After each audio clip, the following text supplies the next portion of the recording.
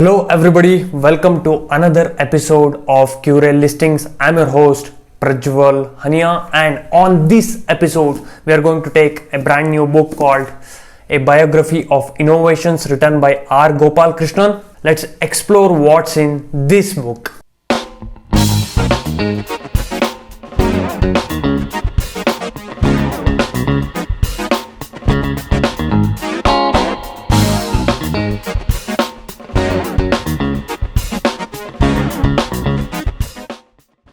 The book consists of 8 chapters, and when you look at the name of the chapters, you feel that is it a biology book? Definitely not. It's a business book. The wonderful thing about this book is here the innovation is compared to human life. Today we use the word innovation extensively. Sometimes we may use it in a wrong way. There is always a confusion between invention and innovation. In 1939, economist and political specialist Joseph Schumpeter differentiated between innovation and invention.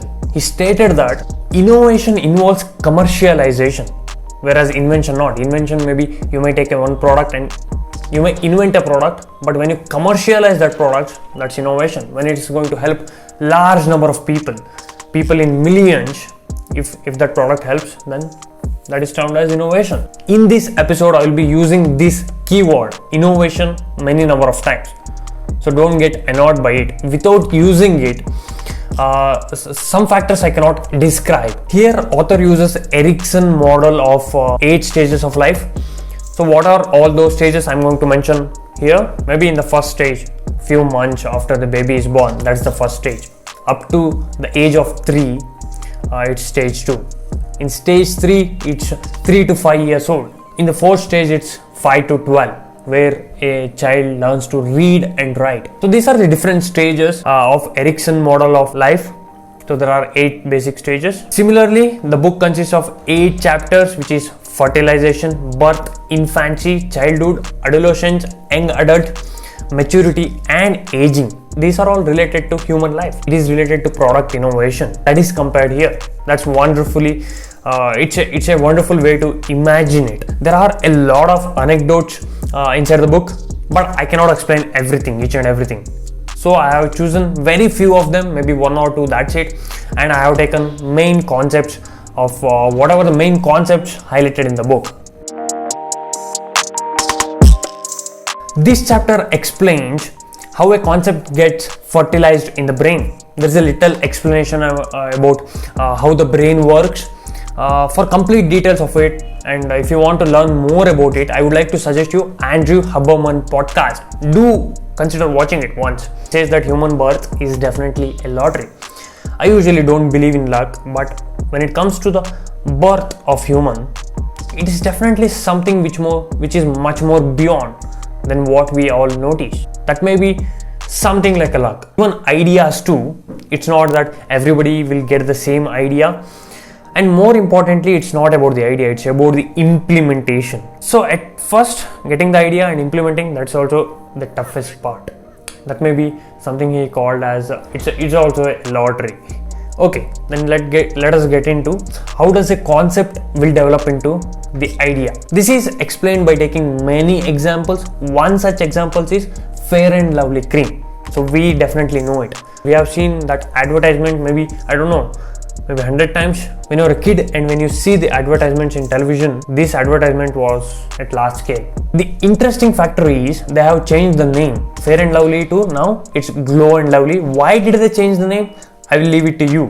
I want you to ask the question and I want you to search it somewhere, Google it.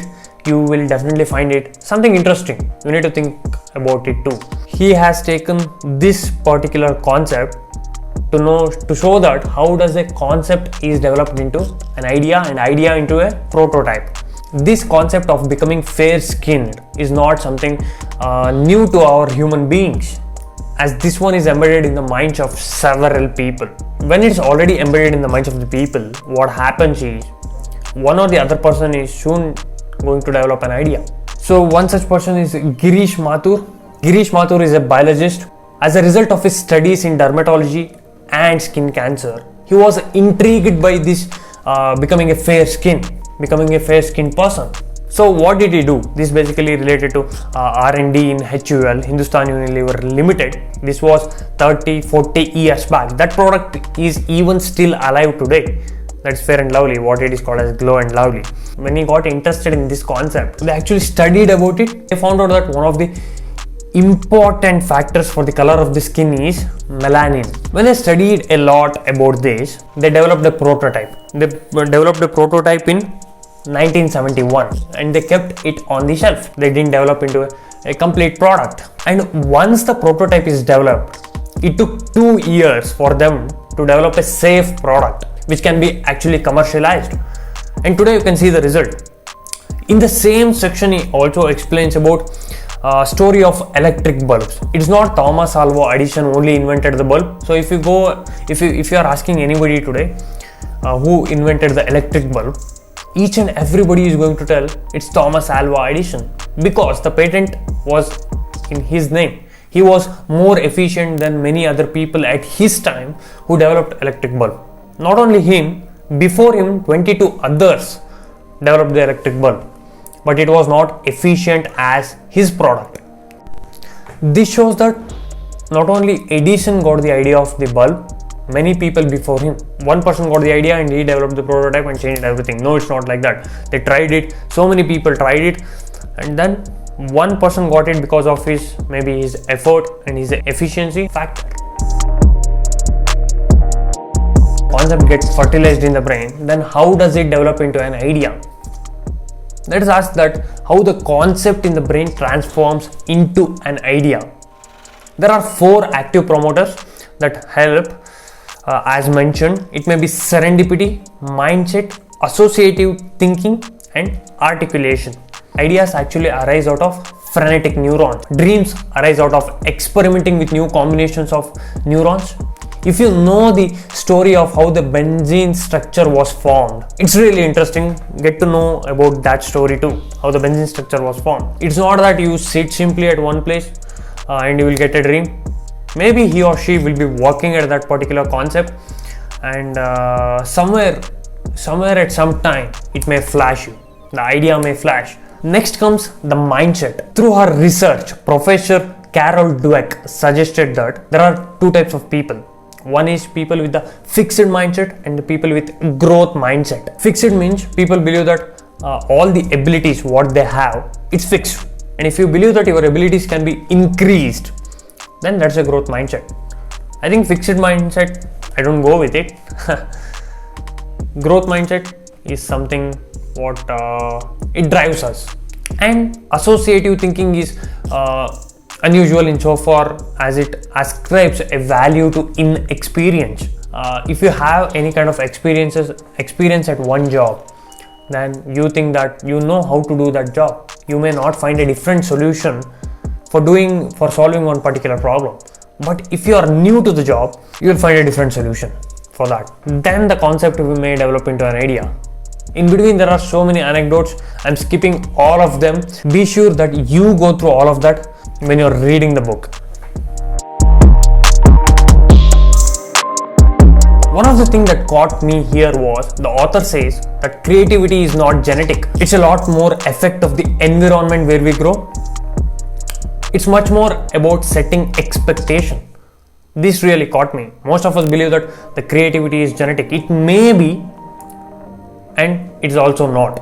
You can develop it. That's what the author says. He gives a piece of evidence for that too. There are 2 evidences. One may be of Albert Einstein, whose brain was smaller than most of the ordinary people. Just as babies grow into infants between birth to age of 5, we have seen that the concept is fertilized and then it is developed into an idea. Next comes the prototype, development of prototype. The ideas develop into prototype soon after the idea has been articulated by the person who had concept in his or brain. When a person get a concept, then that concept develop into an idea, and this idea develops into the prototype at this stage, that is called as infancy stage. If this stage is crossed, then the prototype is ready to convert into the market model for the consumers, for the end consumers. It is ready. To scale it, there are different stages too. Let us see what are the different stages. So once the prototype is done, it must be presented in physical and working form. So this stage is all about that. That's childhood. That is creating a working model. Creating not only working model, it must be even consumer friendly too. While developing this, you may face a lot of setbacks. You need to adopt the product, and some people may oppose your product because of their insecurity. Even when computer hit the market, computers, a lot of people protested against it. You need to go through all this process. That is something that's a common thing for a product before it is hitting the market. This completes the 4 stages. Maybe fertilization, where the concept is fertilized in the brain, then the concept is developed into an idea at the birth stage, and infancy, where the idea is turned into prototype, and 4th, childhood, where the prototype is presented in physical and working form, and consumer friendly. These are the 4 simple stages which the product goes. Let us explore the next 4 stages. In this stage, the author says that innovations are not just about products. It's not about products' long journey in the market. It's about the product's market debut, completing the pricing, and a very good business model. This is as young adolescent adapting to the real world. Similarly, the product must adapt to the real world. It is about getting the business model right. Next question may be, what do you mean by business model? Business model is nothing but how can a company make profit by selling goods to the targeted consumers.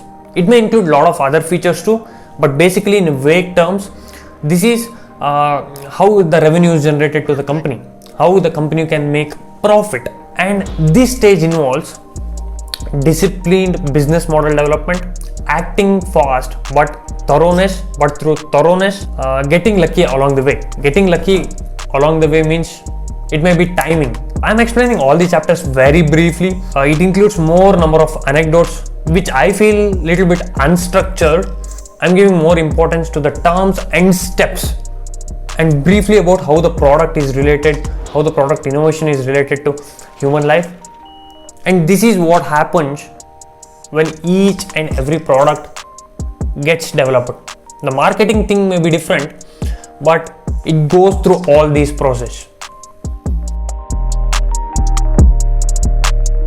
The idea has been presented as a prototype, developed further as a model, and refined into a product that is consumer friendly and ready to strike to the market. At this stage, emphasis is given to process skills, social skills, and networking skills.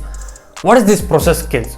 Process skills means it's the ability to scale the product to large number of people. That means delivering the product in a reliable way to the consumer. Social skills, nothing but building collaborative relationships that are important during this phase. Next, networking skills. This is specially related to innovations in the sense group of people can build a better product than one single individual can. That means it may be through adapting to the market. This process may be little bit adapting to the market and changing, tuning it, iterating it. What do you call as iteration cycle? That can be very well done through a good feedback. It can be done through a team in the company.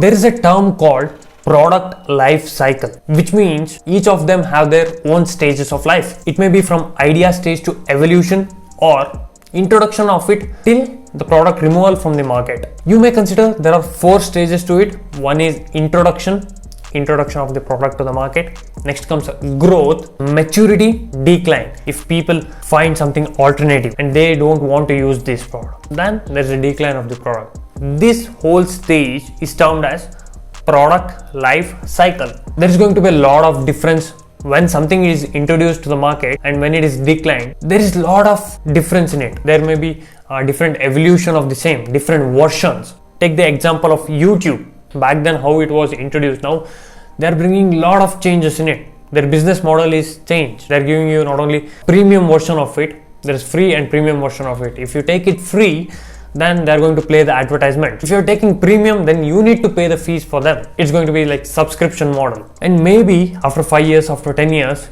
it may be whole totally a different one. The last and the final stage is aging. It is the struggle for relevance. Human ideas are really immortal. They do not age. Maybe Steve Jobs, when he introduced the Apple computer, Apple smartphone to the market, it was maybe 10-13 years back. He is not with us, but his product, what he left, it's still in the market. The idea which is developed in a prototype and the working model is in the real world. So the ideas are immortal. The only thing is we are going to add up our age every year. The technology life cycle of products like paper and cement, they have very longer life cycle than when you compare the electronics. Just take an example that if you bought a smartphone this year, next year it may be totally irrelevant. A whole new technology may hit the market. Your smartphone may be completely obsolete. Only we humans can imagine the future. Innovation is the trigger for large scale change. As human life has birth and death, similarly, one single product has birth and death. When it will be declined from the market, nobody can tell that. When it starts and evolves and changes how the way we behave. This was all about the book Biography of Innovations. I have left out a significant amount of stories, real life stories. I feel that it's a little bit unstructured. I cannot explain everything, which will be out of context sometimes. It can drag into 30 minutes, 1 hour long, which I don't want to. I wanted to focus only on maybe product and their life cycle, how the innovation goes through these stages and how it responds to the market or how it behaves in the market. I consider this book is specifically something for small scale business. And if you are interested to know about it, if you are interested in developing a product and it is for you, you can read it.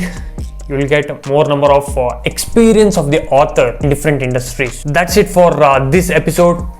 If you haven't subscribed, don't forget to subscribe and make sure that if you are gaining something out of this video, please consider sharing it with your friends and family. Not only you gain something out of it, you want others to gain something out of it too. And let me meet you in the next video. Until then, keep reading, keep exploring. Bye bye.